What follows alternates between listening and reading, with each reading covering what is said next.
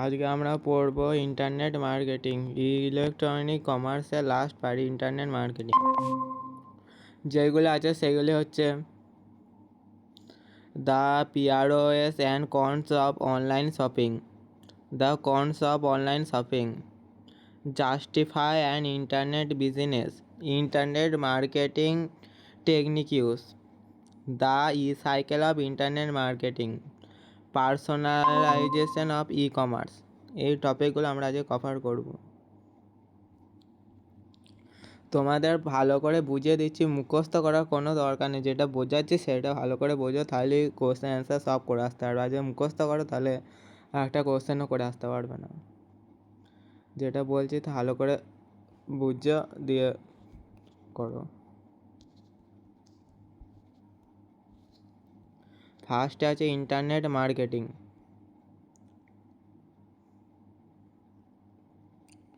Internet মার্কেটিংটা কি? Internet marketing কি? Internet marketing হলো ইন্টারনেট ব্যবহার করে কোনো কোম্পানির পণ্য বা প্রোডাক্ট কেনা বেচা করার পদ্ধতি। কোনো পণ্য কেনা বেচা করার পদ্ধতি হচ্ছে ইন্টারনেট মার্কেটিং।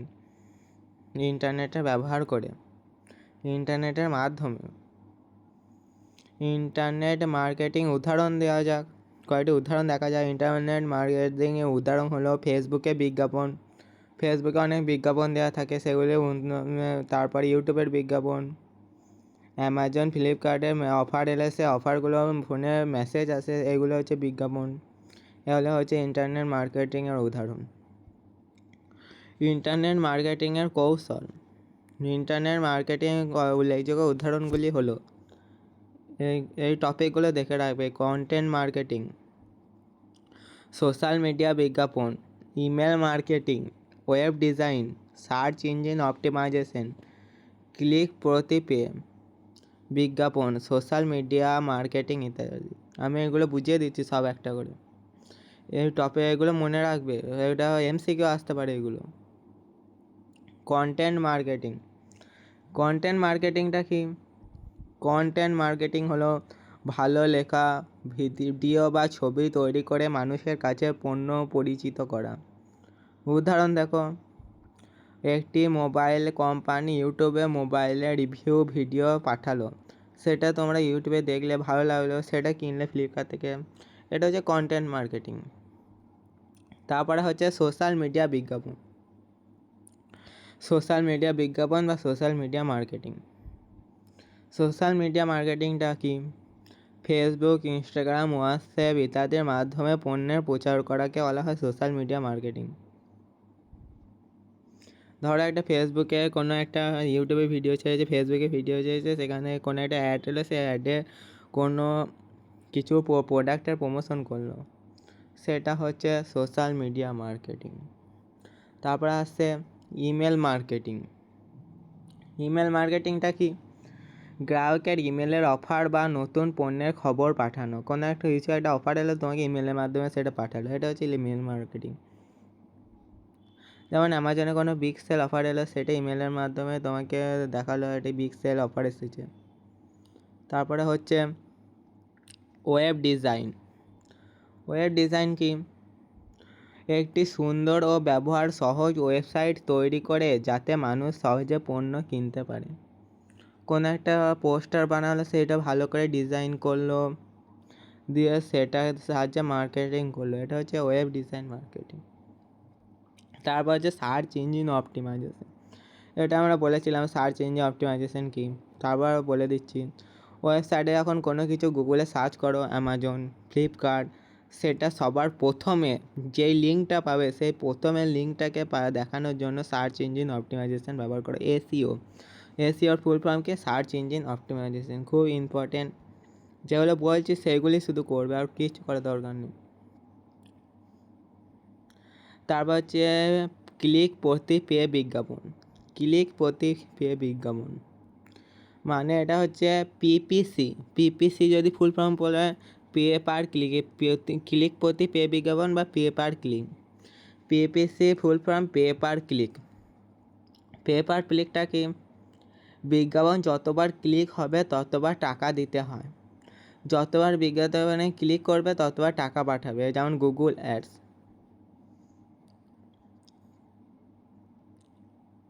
আর সোশ্যাল মিডিয়া মার্কেটিং কি হলো, কোনো ইউটিউব ফেসবুকে কোনো ব্লগ ভিডিও দিলে তার মাধ্যমে অ্যাড এলো, সেই অ্যাডে মার্কেটিং করাকে সোশ্যাল মিডিয়া মার্কেটিং।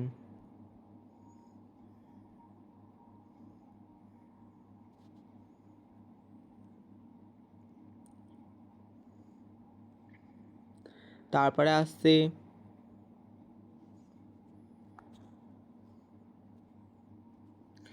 অনলাইন শপিংয়ের সুবিধা। অনলাইন শপিংয়ের সুবিধা, অনলাইনে শপিং আমি সোজা করে বলে দিয়েছি, ছোট করে। তোমরা মনে রাখবে, এত কিছু পড়ার এত কিছু দরকার নেই। দীর্ঘ লাইনে দাঁড়াতে হয় না। 1 নম্বর পয়েন্ট হচ্ছে দীর্ঘ লাইনে দাঁড়াতে হয় না, বাড়িতে বসে কেনাকাটা করা যায়। 2 নম্বর হচ্ছে অনেক পণ্য একসাথে দেখা যায়, যেমন ফ্লিপকার্ট ফেসবুকে অনেক পণ্য সার্চ করলে একসাথে দেখতে পেয়ে যাবে, যা খুশি জুতো, ব্যাগ, মোজা, শাড়ি, কাপড়, যা খুশি ফ্লিপকার্টে। আর দোকানে গেলে আলাদা করে জুতোর দোকান, ব্যাগের দোকান যেতে হয়। হাজার হাজার পণ্য পাওয়া যায়, 24x7 ঘন্টায় খোলা থাকে, সারাদিন রাত যখন খুশি অর্ডার করতে যাও, সময় বাঁচে, অনেক সময় সাশ্রয় হয়। কাস্টমার রিভিউ দেখা যায়, রিভিউ দিকে প্রোডাক্ট কেনা যায়, কেমন কাস্টমার ভালো দিয়েছে না খারাপ দিয়েছে। ছাড় পাওয়া যায়, দুর্গাপুজোয় সেল চলে, অনেক ছাড় পাওয়া যায়। পৃথিবীর বিভিন্ন জায়গা থেকে পণ্য কেনা যায়, যে কোনো জায়গায় থাকছো যে কোনো জায়গায় অর্ডার করা যায়। এগুলি সুবিধা যেগুলো বললাম সেগুলো খাতায় নোট করতে পারো তোমরা, এত কিছু পড়ার কোনো দরকার নেই, বুঝে নেওয়া তাহলেই হয়ে যাবে। কারণ মাইক অন আছে, মাইকটা অফ করো, নাহলে কিছু।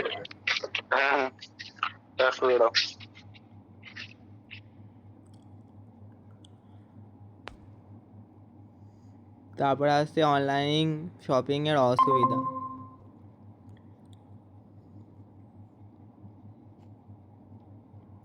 এত কিছু লাইন বাই লাইন পড়ার দরকার নেই, আমি যা বলছি সেটা শুধু মনে রাখো তাহলেই হবে, নাহলে ভিডিওটা আরেকবার দেখে নেবে যদি মনে না থাকে।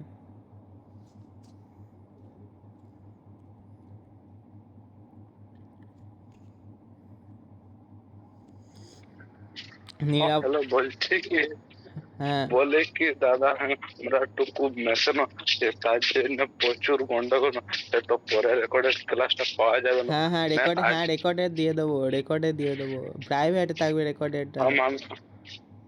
না তবে ঠিক মানে তো মনোযোগ দিয়ে ক্লাসটা করানো, মানে ঘোরালে ঠিক ছিল। হ্যাঁ ঠিক আছে, রেকর্ডেড পেয়ে যাবে, ইউটিউবে পেয়ে যাবে, ওটা প্রাইভেট থাকবে, তোমরাই শুধু পাবে যারা পেড ব্যাট কিনেছে। ঠিক আছে।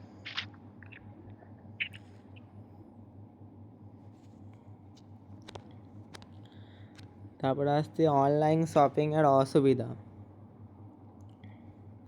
অনলাইন শপিংয়ের অসুবিধা, ফার্স্ট পয়েন্ট হচ্ছে নিরাপত্তার ঝুঁকি বা সিকিউরিটি রিস্ক। অনলাইন কেনাকাটা করতে গেলে ব্যাঙ্ক অ্যাকাউন্ট, ডেবিট কার্ডের তথ্য দিতে হয়, এগুলি হ্যাকারে চুরি করতে পারে, কেউ কেউ না দিতে পারে, কেউ কেউ ক্যাশ অন ডেলিভারিও করতে পারে, কিন্তু যারা দেয় তাদের অ্যাকাউন্ট কেউ নিয়ে হ্যাকও হয়ে যেতে পারে। যেমন ভুয়ো ওয়েবসাইট, কার্ড নম্বর দিলে টাকা চুরি হতে পারে, কোনো ভুয়ো ওয়েবসাইট থেকে অর্ডার দিলে সেখানে তোমার নাম্বার দিলে চুরি হয়ে যেতে পারে। ফ্লিপকার্ট, অ্যামাজন তো সিকিওর, কিন্তু অন্য কোনো ওয়েবসাইট থেকে অর্ডার দিলে হয়ে যেতে পারে ওখানে।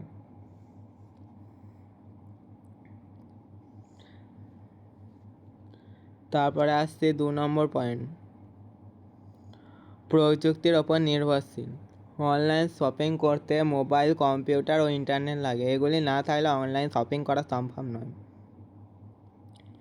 ইন্টারনেট ছাড়া অনলাইনে কেনাকাটা করা যাবে, ইন্টারনেট লাগবে, সেখানে টাকা দিয়ে নেট ভরতে হবে। তারপরে আসছে 3 নম্বর পয়েন্ট, পণ্য হাতে দেখে কেনা যায় না, অনলাইনে শুধু ছবি দেখে পণ্য কিনতে হয়, তা অনেক সময় বাস্তবে যেটি দেখছো সেটি না আসতে পারে। তুমি যত হলুদ রঙের অর্ডার দাও, কিন্তু যেরকম হলুদ রঙ দেখছো তেমন নাও আসতে পারে, একটু ফ্যাকাশে হলুদ আসতে পারে। 4 নম্বর পয়েন্ট, ডেলিভারি করতে সময় লাগে, তুমি আজকে দিচ্ছ কালকে নাও আসতে পারে, 2 দিন পরও আসতে পারে, এটা ডেলিভারি সময় লাগে। আর 5 নম্বর পয়েন্ট, রিটার্ন বা বদলাতে ঝামেলা। ভুল বা নষ্ট পণ্য এলে ফেরত দিতে বা বদলাতে সময় ও ঝামেলা হতে পারে। ধরো তুমি কিছু অর্ডার দিলে আর তোমার সেই জিনিসটা বদলে অন্য কিছু চলে এলো, দিয়ে তোমাকে আবার রিটার্ন করতে হলো। আবার কাস্টমার যদি বলে আমি ঠিকই পাঠিয়েছি পণ্য, তোমরা কিছু গন্ডগোল করেছো, তাহলে ঝামেলা হতে পারে। এসব সুবিধা অসুবিধা এগুলো বুঝে নাও তাহলেই হবে। তারপরে এগুলো আর কিছু করার নেই। তারপরে আসো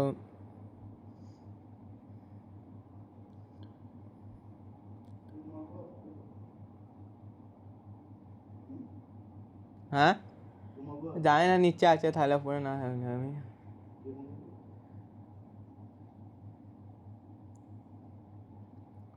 ইন্টারনেট বিজনেসের যুক্তিসঙ্গতা, জাস্টিফাই অফ ইন্টারনেট বিজনেস।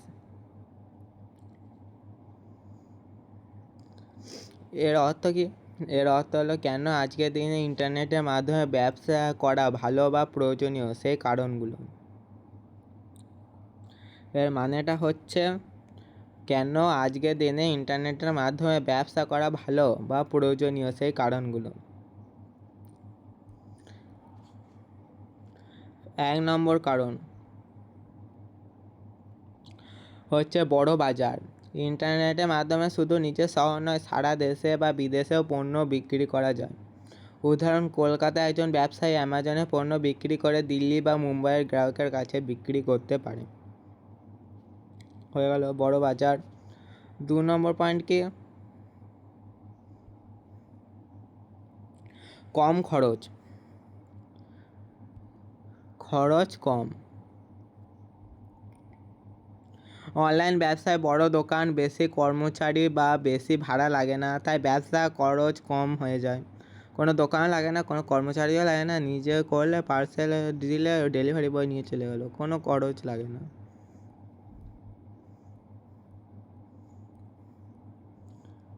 তাহলে 3 নম্বর পয়েন্ট, 24x7 ঘন্টা পরিষেবা। 7 সপ্তাহে 7 দিন 24 ঘন্টায়, দিনে 24 ঘন্টায় পরিষেবা চালু থাকে। যখন খুশি অর্ডার দিতে পারো।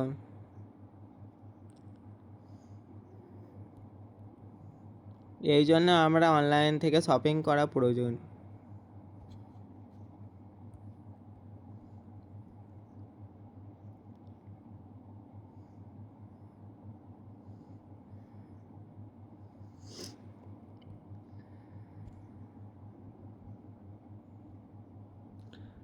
তারপরে ইন্টারনেট মার্কেটিংয়ের কৌশল। প্রথমেই বলেছি ইন্টারনেট মার্কেটিংয়ের কৌশল, তার একবার বলে দিচ্ছি ইন্টারনেট মার্কেটিংয়ের কৌশল। সোশ্যাল মিডিয়া বিজ্ঞাপন বা মার্কেটিং। হয়তো ফেসবুক, ইনস্টাগ্রাম, ইউটিউব ইত্যাদি সোশ্যাল মিডিয়া বিজ্ঞাপন দিয়ে পণ্যের প্রচার করাকে সোশ্যাল মিডিয়া বিজ্ঞাপন বলা হয়। উদাহরণ হচ্ছে ইউটিউবে কোনো ভিডিও চালে সেটার মাধ্যমে বিজ্ঞাপন দেওয়া। তো সার্চ ইঞ্জিন অপটিমাইজেশন ইম্পর্টেন্ট, খুব ইম্পর্টেন্ট। এসইওর full form search engine optimisation. Search engine optimisation, এসইওর full form search engine optimisation. SEO কি? এসইও হলো এমন একটি কৌশল যার মাধ্যমে ওয়েবসাইটকে গুগলের সার্চের রেজাল্টের ওপরের দিকে আনা হয়। যেমন বললাম, কোনো একটি ল্যাপটপ সার্চ করছো, সব থেকে ভালো 1 নম্বরে সেটা দেওয়ার চেষ্টা করবে, লিঙ্কটা ল্যাপটপের। Email marketing. ইমেলের মাধ্যমে মার্কেটিং করা হয়। যেমন কোনো ফ্লিপকার্ট, ফেসবুক অফার এলো, সেটাকে ইমেলের মাধ্যমে তোমাকে লিখে দিল অফার এসেছে, এর মাধ্যমে এরকম মার্কেটিং করা হয়।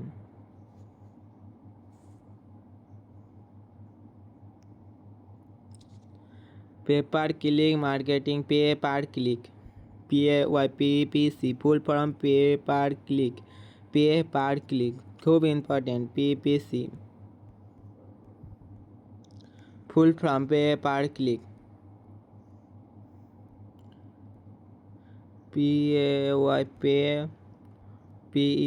পার CLICK ক্লিক, পেপার ক্লিক।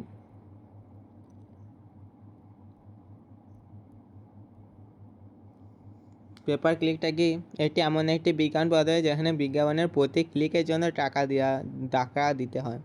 উদাহরণ গুগল অ্যাডস, যদি 100 জন বিজ্ঞাপনে ক্লিক করে তাহলে 100 ক্লিকের জন্য টাকা দিতে হবে।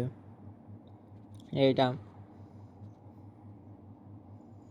তারপরে প্রভাবশালী মার্কেটিং, 5 নম্বর পয়েন্ট। যাও 5 নম্বর পয়েন্ট, প্রভাবশালী মার্কেটিং। জনপ্রিয় ইউটিউবার, ইনস্টাগ্রাম ক্রিয়েটর, অভিনেতা বা খেলোয়াড় দিয়ে পণ্যের প্রচার করানোকে প্রভাবশালী মার্কেটিং বা ইনফ্লুয়েন্সার মার্কেটিং বলা হয়। যেমন রোনাল্ডো বা মেসি কোনো কিছু প্রচার করলো, এটা হচ্ছে প্রভাবশালী মার্কেটিং বা ইনফ্লুয়েন্সার মার্কেটিং। তারপর আসছে অ্যাফিলিয়েট মার্কেটিং। অ্যাফিলিয়েট মার্কেটিং কি? কোনো ব্যক্তি বা ওয়েবসাইট আমাদের পণ্যের প্রচার করবে, তাদের লিঙ্ক থেকে কেউ পণ্য কিনলে তারা কমিশন পাবে। উদাহরণ ইউটিউব, অ্যামাজনে লিঙ্ক দিলে সেই লিঙ্ক থেকে কেউ কিনলে ইউটিউবার কমিশন পান। এটা হচ্ছে অ্যাফিলিয়েটেড মার্কেটিং। কন্টেন্ট মার্কেটিং একই, কোনো ভিডিও, ব্লগ, কোনো ছবি ইত্যাদি কন্টেন্ট করে সেগুলোর মাধ্যমে মার্কেটিং করাকে কন্টেন্ট মার্কেটিং বলা হয়। শুধু পয়েন্টগুলো দেখে রাখবে, কোনো পয়সা পড়ার দরকার নেই।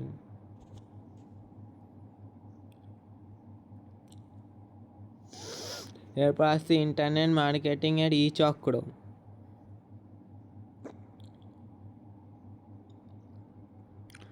The cycle of internet marketing. এটার অর্থ কি? এটার অর্থ বলতে এটা কি বোঝাতে চেয়েছে? এটা বোঝাতে চেয়েছে যে ইন্টারনেটের মাধ্যমে একটি পণ্য বা সেবার মার্কেটিং শুরু থেকে শেষ পর্যন্ত যে ধাপে ধাপে করা হয় তাকে সাইকেল অফ ইন্টারনেট মার্কেটিং বা ইন্টারনেট মার্কেটিংয়ের চক্র বলে। এর কৌশলগুলো দেখা যাক। গবেষণা এবং পরিকল্পনা নির্ধারণ, 1 নম্বর পয়েন্টটা মনে রাখবে, গবেষণা এবং পরিকল্পনা নির্ধারণ। প্রথমে বাজার সম্পর্কে তথ্য সংগ্রহ করা হয়। গ্রাহক কী চায়, কোন পণ্য বেশি বিক্রি হবে, প্রতিযোগী কারা, এইসব। তারপরে আসছে কৌশল নির্ধারণ। এরপর ঠিক করা হয় কিভাবে প্রচার করা হবে, যেমন সার্চ ইঞ্জিন অপটিমাইজেশন, না সোশ্যাল মিডিয়া মার্কেটিং মাধ্যমে, না ইমেল মার্কেটিং মাধ্যমে কম খরচে বেশি গ্রাহকের কাছে পৌঁছানো যায়। তারপর আছে বাস্তবায়ন। এখন পরিকল্পনাগুলো বাস্তবায়ন করা হয়। যেমন ফেসবুকে বিজ্ঞাপন, ইউটিউবে বিজ্ঞাপন দেওয়া, ইউটিউবে ভিডিও আপলোড করা। তারপরে আসছে পর্যবেক্ষণ ও বিশ্লেষণ। দেখা হয় মার্কেটিং সফল হয়েছে কিনা, যেমন কত ওয়েবসাইটে এসেছে, কত ভিউজ এসেছে, কেমন কি কমেন্ট এসেছে, গুগলে অ্যানালাইসিস করা হয়। তো অপটিমাইজেশন।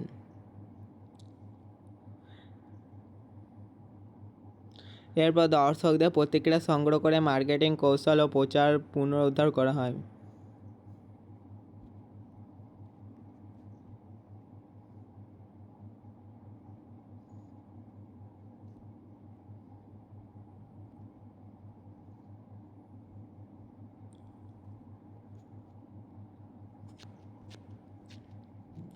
পার্সোনালাইজেশন অফ ই-কমার্সের ব্যক্তিগতকরণ।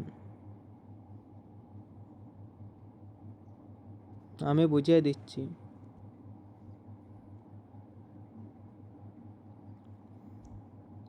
এর অর্থ কি? পার্সোনালাইজেশন অফ ই-কমার্সের ব্যক্তিগতকরণ। এটার অর্থ বলতে কি বোঝাতে দিয়েছে? এর অর্থ হলো প্রতিটি গ্রাহকের পছন্দ, আগের কেনাকাটা ও সার্চ হিস্ট্রি অনুযায়ী আলাদা আলাদা পণ্য বা অফার দেখানোকে পার্সোনালাইজেশন অফ ই-কমার্স বলা হয়। কার কেমন পছন্দ, আগে কি কেনাকাটা করেছে, আগে জুতো কেনাকাটা করে তাহলে জুতো দেখাবে, সার্চ হিস্ট্রি কী কী সার্চ করেছে, কী কী ভালো লাগে ফ্লিপকার্ট থেকে, যেমন কেউ যদি জামা কাপড় কেনে তাহলে তাকে জামা কাপড়গুলো ফার্স্টে দেখাবে, এইগুলো।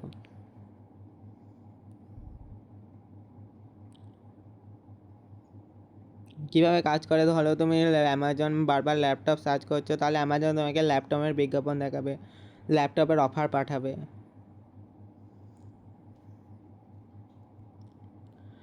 তারপরে আসছি ই কমার্সের ব্যক্তিগতকরণ বা ই কমার্স পার্সোনালাইজেশনের সুবিধা। গ্রাহক ধরে রাখা, গ্রাহকের পছন্দ অনুযায়ী পণ্য দেখলে তিনি খুশি হন এবং বারবার সেই ওয়েবসাইট থেকে কেনাকাটা করেন। গ্রাহকের অনুগত বৃদ্ধি, 2 নম্বর পয়েন্ট, গ্রাহকের অনুগত বৃদ্ধি বা লয়ালিটি, যেটা হয় লয়ালিটি। ব্যক্তিগত পরিষেবা পেলে গ্রাহকের কোম্পানির প্রতি বিশ্বাস ও অনুগত বা লয়ালিটি বাড়ে। ভালো পরিষেবা যদি পায় তাহলে তার প্রতি লয়াল বাড়ে।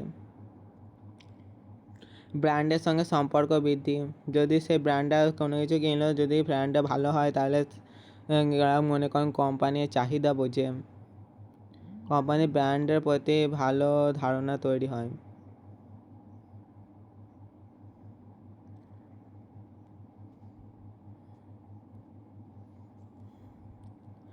ই কমার্সের ব্যক্তিগতকরণের কয়েকটি উদাহরণ: অ্যামাজন, ওয়ালমার্ট,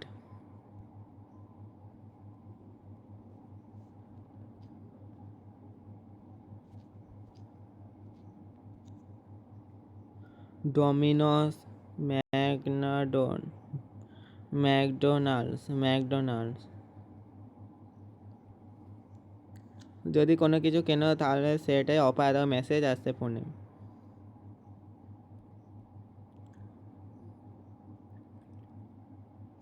ওয়ালমার্ট, ধরো বইয়ের কিছু উদাহরণ দিই। ওয়ালমার্ট, তুমি যদি ওয়ালমার্টের বারবার কোনো নির্দিষ্ট ধরনের পণ্য দেখো তাহলে ওয়ালমার্ট সেই ধরনের আরও পণ্য দেখাবে। ওয়ালমার্ট অনলাইন, সেই পণ্যই বারবার আসবে। তারপর ডোমিনোস অ্যাপ তোমাকে জানায় your order is in the oven, অর্থাৎ তোমার অর্ডারের অবস্থা ব্যক্তিগতভাবে জানিয়ে দিল, হয়ে গেছে। তার মেসেজে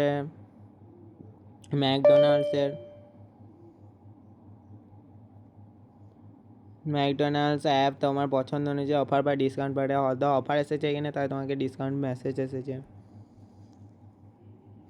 এতটাই শেষ হয়ে গেল, এটা ভালো করে করবে। তোমাদের খুব তাড়াতাড়ি একটা মক টেস্ট নেওয়া হবে, 20টা কোশ্চেন থাকবে, 30 মিনিটের ভিডিও কলে হবে বা তোমাদের বসে পাঠিয়ে দেবো, 30 মিনিটের মধ্যে না দিয়ে করতে হবে, বা তোমাদের ভিডিও কল চালু রাখতে হবে, তোমাদের ফেস দেখে ভিডিও চালু রাখতে হবে। আর তোমাদের কিছু কোশ্চেন আছে করিয়ে দিই, বেশি করাবো না, যে কম কোশ্চেন অ্যান্সার করাবো। ইলেকট্রনিক পেমেন্ট সিস্টেম হলো cheque payment, cash payment, Google Pay ওপরে সবকটি।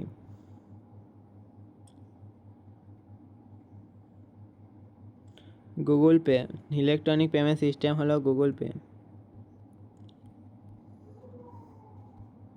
2 নম্বর, নিম্নলিখিত কোনটি ইলেকট্রনিক পেমেন্ট সিস্টেমের উদাহরণ লেখো? মোবাইল দ্বারা গুগল পে, ডেবিট কার্ড দ্বারা পেমেন্ট, ক্রেডিট কার্ড দ্বারা পেমেন্ট ওপরে সবকটি। 3 নম্বর, ক্রিপ্টোকারেন্সি হলো মোবাইল ওয়ালেট, ডিজিটাল মুদ্রা, ইলেকট্রনিক চেক ওপরে সবকটি সঠিক, ডিজিটাল মুদ্রা। ডেবিট কার্ড ক্রেডিট কার্ড লেনদেন অনুমোদন, প্রমাণীকরণ এবং নিষ্পত্তি করার জন্য কার্ড নেটওয়ার্ক এবং ইস্যুকরণ ব্যাঙ্কগুলির সাথে কাজ করে। এটা হবে ক্রেডিট কার্ড প্রসেসর। দেখো তোমাদের যেগুলো বইয়ে নেই সেই ধরনের কোশ্চেন করানোর জন্য কোশ্চেন অ্যান্সার প্র্যাকটিস করা হচ্ছে। যেমন অনেক কোশ্চেন বাইরের কোশ্চেনও করা যেতে পারে, তাই কোশ্চেন অ্যান্সার ভালোভাবে প্র্যাকটিস করবে, তাহলে সব কোশ্চেন কমন পেয়ে যাবে। যা পড়ালাম বুঝে সেগুলো পড়ো, আর সব কোশ্চেন অ্যান্সার ধরে প্র্যাকটিস করবে। আমি কোশ্চেন পাঠিয়ে দেবো তোমাদের। আর খুব তাড়াতাড়ি একটা মক টেস্ট নেওয়া হবে, 20 নম্বর সময় দেওয়া থাকবে। 4 নম্বর, ক্রেডিট। 4 নম্বর হলো 5 নম্বর, 1978 সালে প্রথম ইলেকট্রনিক টার্মিনাল, টেলিফোন এবং কম্পিউটারে মিলিত সংযোগে ইলেকট্রনিক ফান্ড ট্রান্সফার শুরু হয় মার্কিন যুক্তরাষ্ট্র। 1978 সালের প্রথম মার্কিন যুক্তরাষ্ট্রে। 6 নম্বর, এনইএফটি পুরো নাম হলো National Electronic fund Transfer, CEC. 7 IMPS সম্পূর্ণ নাম হলো ইমিডিয়েট পেমেন্ট সার্ভিস। ডি, ইউপিআইয়ের সম্পূর্ণ রূপ হলো ইউনিফাইড পেমেন্ট ইন্টারফেস। বি,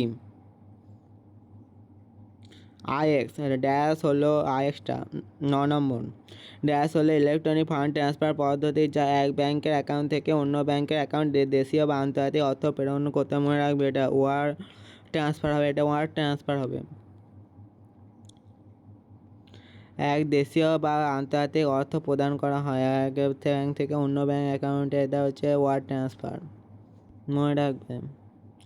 10, কাগজহীন বিলের গ্রাহক লেনদেনের পরে কাগজের বিলের পরিবর্তে বিল এর একটি ইলেকট্রনিক সংস্করণ যা গ্রাহক ড্যাশের মাধ্যমে পায়। Plastic card, gift box, bank message, email বা মোবাইল বার্তা। ব্যাংকের ইমেল বা মোবাইল বার্তা, কাগজহীন মোবাইল বার্তার মাধ্যমে পায়। ডি হবে, ডি। নগদ অর্থ প্রদান বলতে সাধারণ ড্যাশকে বোঝায়। ফোনপে, গুগল পে, টাকা বা মুদ্রা, ডেবিট কার্ড পেমেন্ট, টাকা বা মুদ্রা। সি,